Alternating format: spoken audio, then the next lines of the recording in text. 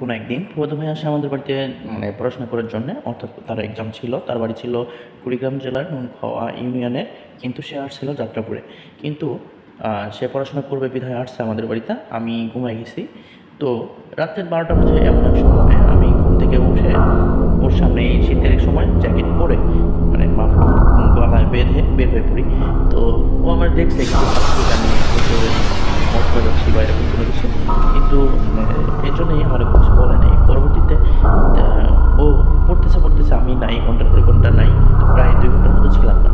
তো আমিও যে কোথায় গেছি রুম থেকে বের হওয়ার পরে আর কোনো কিছু বলতে পারি নাই।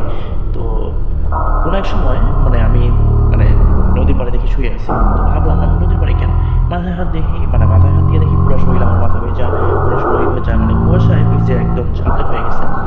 তো তখন ভাবছিলাম যে আমি এখানে আসলাম কেমনে। তো তখন কিছু কিছু মনে পড়লো যে আমি রুম থেকে বের হয়েছি, হওয়ার পরে আসছি। আইসা যখন আমি নদীর পাড়ে শুয়েছিলাম, তারপরে হইলো যে বুকের উপর কেমন জানি ব্যথা করতেছিল, অর্থাৎ চাপাচাপি হয়েছে এরকম কিছু। তো আমার লাইফে এটা ফার্স্ট একটা ঘটনা। এটা